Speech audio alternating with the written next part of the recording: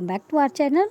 जैसा कि आप लोगों ने अपना जीके सेक्शन और साइकोलॉजी मिला ही लिया होगा और आपने अब तक जो है कमेंट बॉक्स में कमेंट नहीं किया है कि आपके कितने मार्क्स बन रहे हैं और आपको इस बार का पेपर कैसा लगा, प्लीज़ ज़रूर बताइएगा। चलिए अब देखते हैं हिंदी वाला सेक्शन।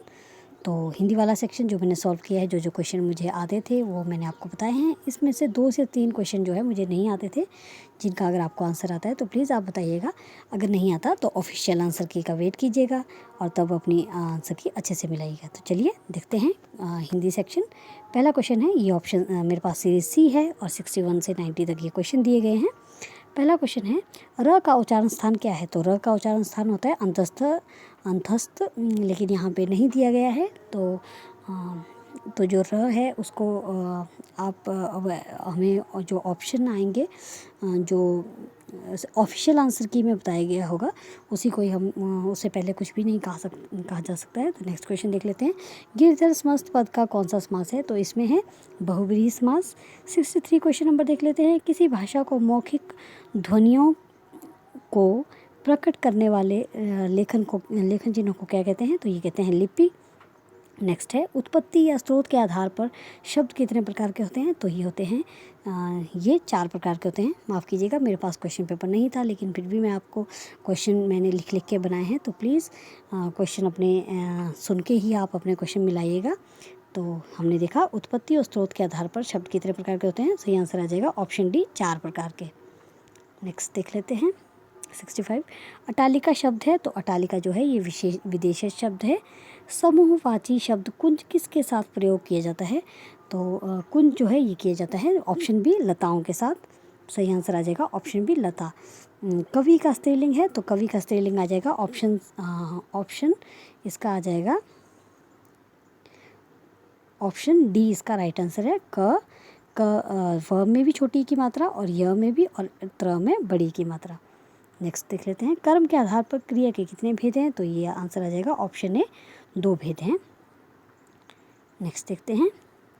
शिव का विशेषण क्या है? तो शिव का विशेषण है शैव, ऑप्शन सी राइट आंसर। रिक्त स्थानों को पूरा कीजिए। सत्य और अहिंसा में डैश संबंध है, तो ये है ऑप्शन सी, घनिष्ठ संबंध है। गंगा गए गंगादास, जमुना गए जमुनादास का अर्थ क्या है? तो इसका सही आंसर आ जाएगा ऑप्शन डी, जिसका कोई दृढ़ सिद्धांत नहीं होता है। सही आंसर ये है इसका ऑप्शन डी। लिंग की दृष्टि से दही क्या है? तो ये पुल्लिंग शब्द है।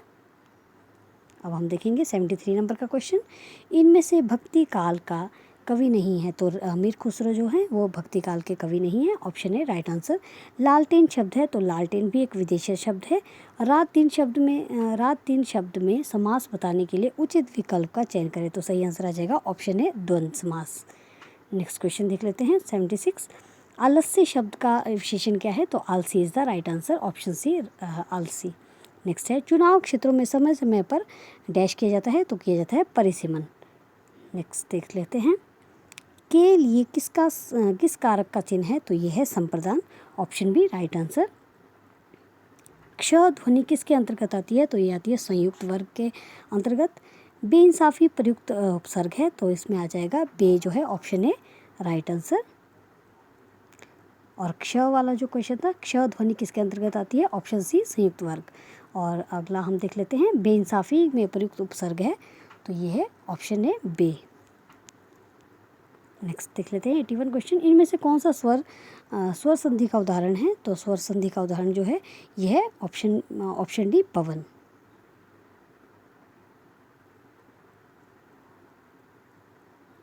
नेक्स्ट है, उचित विकल्प चुनिए। अंगूठा दिखाना, तो सही आंसर आ जाएगा इसका देने से इनकार करना, ऑप्शन है राइट आंसर।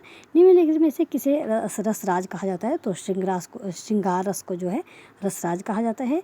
हिंदी को विशिष्ट बोली ब्रजभाषा किस रूप में सबसे अधिक प्रसिद्ध है? तो ये है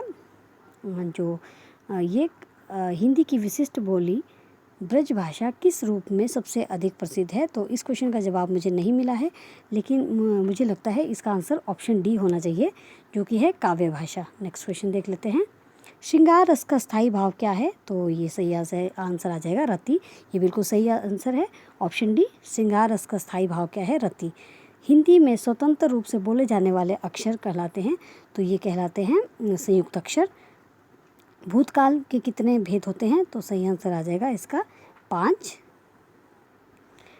ह्रस्व व दीर्घ पलुत ये किसके भेद हैं? तो ये हैं ये याद रखिएगा स्वर के भेद हैं, स्वरों के ह्रस्व, दीर्घ और पलुत।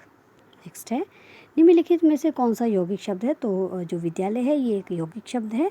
देवनागरी हिंदी व संस्कृत के अतिरिक्त अन्य किस भाषा की लिपि है? तो ये याद रखिएगा मराठी और नेपाली की लिपि है। Option B right answer. उम्मीद है आपको ये वीडियो अच्छी लगी होगी और इसमें मैंने जैसा कि आपको कहा 2 से 3 क्वेश्चन ही थोड़े गलत हो सकते हैं, बाकी क्वेश्चन बिल्कुल सही हैं। तो आप मुझे ज़रूर अपने मार्क्स बताइएगा कि आपके हिंदी में कितने बन रहे हैं। Thanks for watching.